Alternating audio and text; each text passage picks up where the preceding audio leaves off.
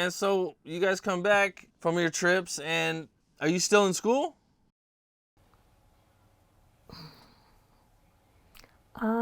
Nope. I don't think I was in school at that time. Okay, so you're done with school and you're back in New York? Yeah.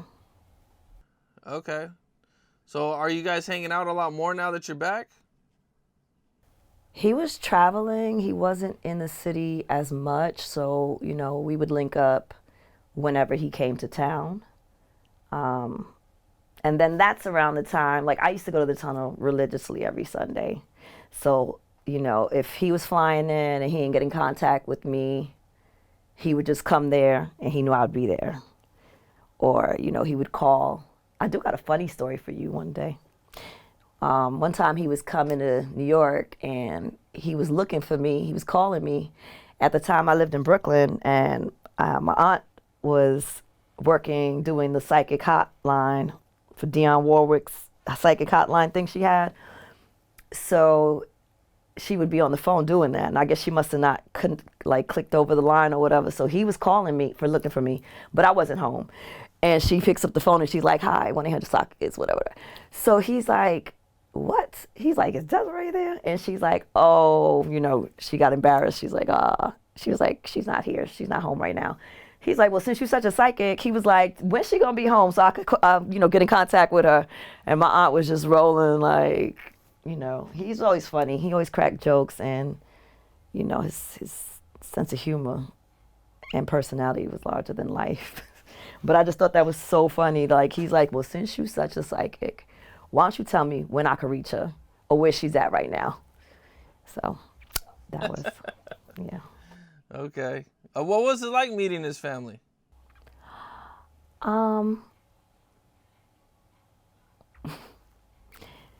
well, they were all super cool. Um, I really liked his mother a lot. When she first saw me, she pulled him to the side and was like, "What you doing with her? Like, she's kind of young." Like, and she's just a baby. He would tell her, he was like, "Well, she's my baby." And she was like, "All right." Uh, they were all cool, fun family, all his little cousins, all the outlaws. I met all of them that trip. And his female cousins, his sister, they were all cool. They were like any other family, ranking on each other, playing jokes, doing stuff. There was cookouts. It was his mother cooked. I didn't know how to cook at the time.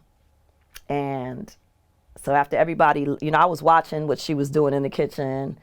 And he asked me to cook for him. I thought I was going to poison this man. He wanted some fried chicken. But I was able to pull it together. I watched what she did, and I made it, and it was okay. While I was down there was a tornado, and he ended up pulling out, like, he had a rifle, and it had like a, I don't know, night scope thing on it that was like, you look through it. So like, he was showing me through the window, like we were looking far distances and trying to see while, the trees was blowing and all that stuff. I didn't see no tornado, but, there was a tornado watching the time. But that was a pretty interesting experience. I'd never really, like, touched guns and stuff like that before. So. Yeah, okay, that's cool. You got to meet his mom, brothers, sisters, family, and everybody. Was that your first time meeting everybody? Yes, it was. Okay. Okay, so we're back in New York. You're back from your doing your schooling and everything. And at what point do you guys break up or have a falling out? Or One day. Am I too fast? No, that's right around the time, because after that's when he got shot, and that's how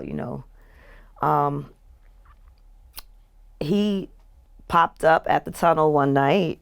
I didn't know he was there, and I was outside. One of my peoples from where I grew up at owned a bike shop, so like I saw some people that worked for him. They was out there on their bikes, so the dude was like, "Oh, you want me to take you for a ride?" I was like, "All right, cool, whatever." Like, I wasn't talking to him or dating him or anything, but I was on his bike, and like Pac showed up with some of his friends, and I guess he was like telling them, like, my chick be here, whatever. And the guy pulled the bike up right where he was standing with his friends. I didn't even know that. I pulled the helmet off, and he was kind of livid about that. Like, I guess he was like talking about me good, and then it's like I pull up and I'm jumping off some dude's bike.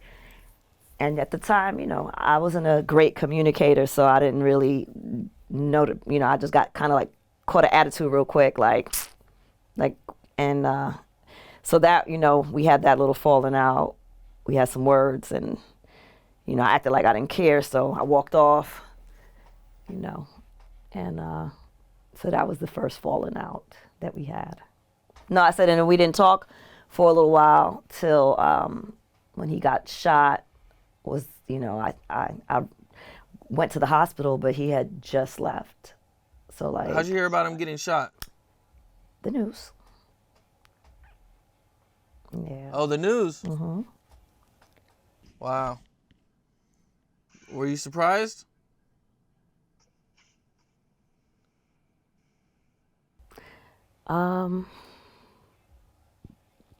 Yeah, I was surprised. I didn't really know the guys or know of the guys that were involved in that, or the people that he was like running with, because he never ever had them around me. So I didn't really know like that they, like they were legitimate, really street dudes. So, he was doing interviews, he was saying things, and, had I known like the schematics of who they were, I would have not really been surprised that they would have did something like that. But at the time, not knowing, I was.